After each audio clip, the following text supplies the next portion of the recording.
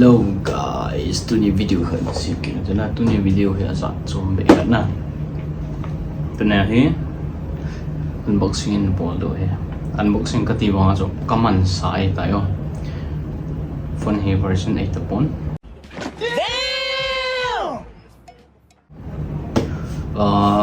That tu made it tu ni ajo kalau he na. Made it tu ni mama ajo bol de katila. Iboy wal na ni lang video ko si man law dunia he kan si pain ji cuma sang he ka phone lui pa kan ba sa sa chicken na choi he na chicken na choi he Realme he go be jaga bet na kan choi he no sit ta gan hing tabang si he chicken na choi he ma sa aja kumnga lang kan choi ta lockdown ke pat ti la jo ka cho ni mama jo game PUBG ka koya ka battery ka bli leo in ti he guys ti le wa kan choi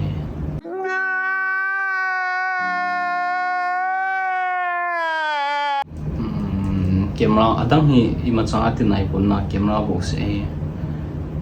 video hi one le phone hi ma chama hong thi je tai kan sa le hin chin lai ha de no kila the we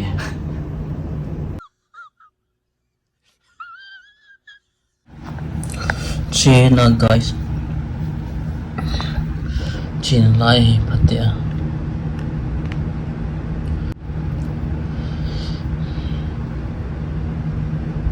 nasa mau ito Mari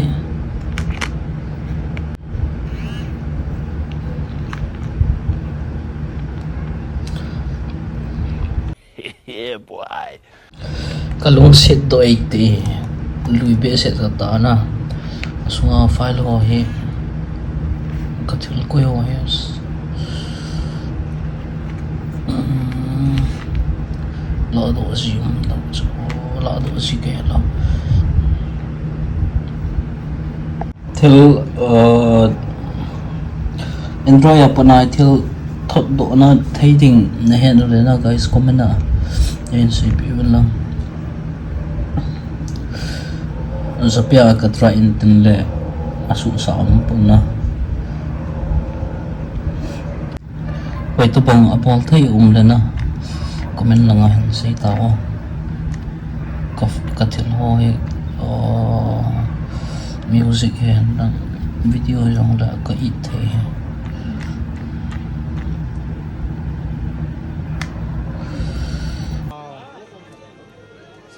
simpa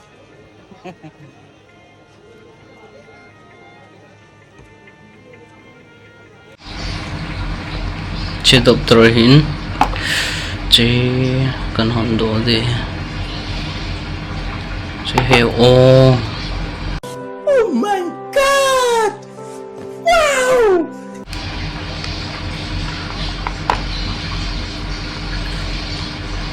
tempered glass hi akitu sai tayo just second na kila hiya so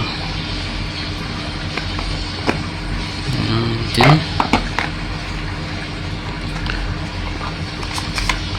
chile charger hina wire lightning chile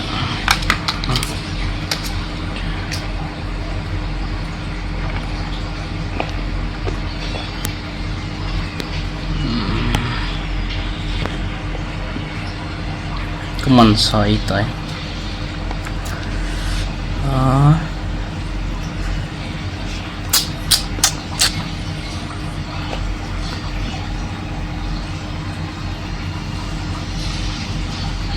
che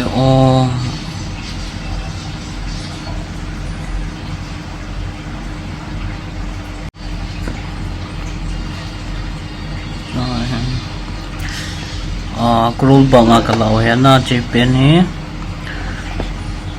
13 Pro kitup san he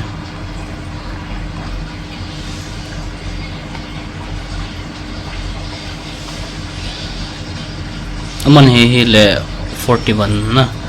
41 na kalau hin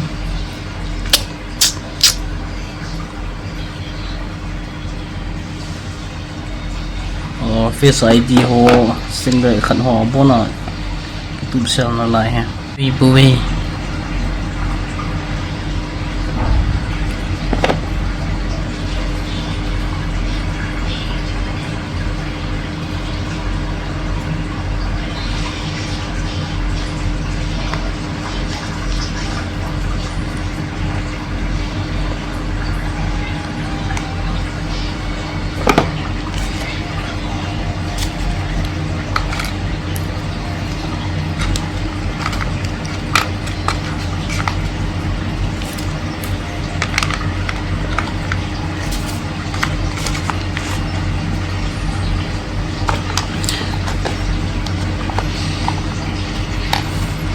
chân trời toàn từ ôm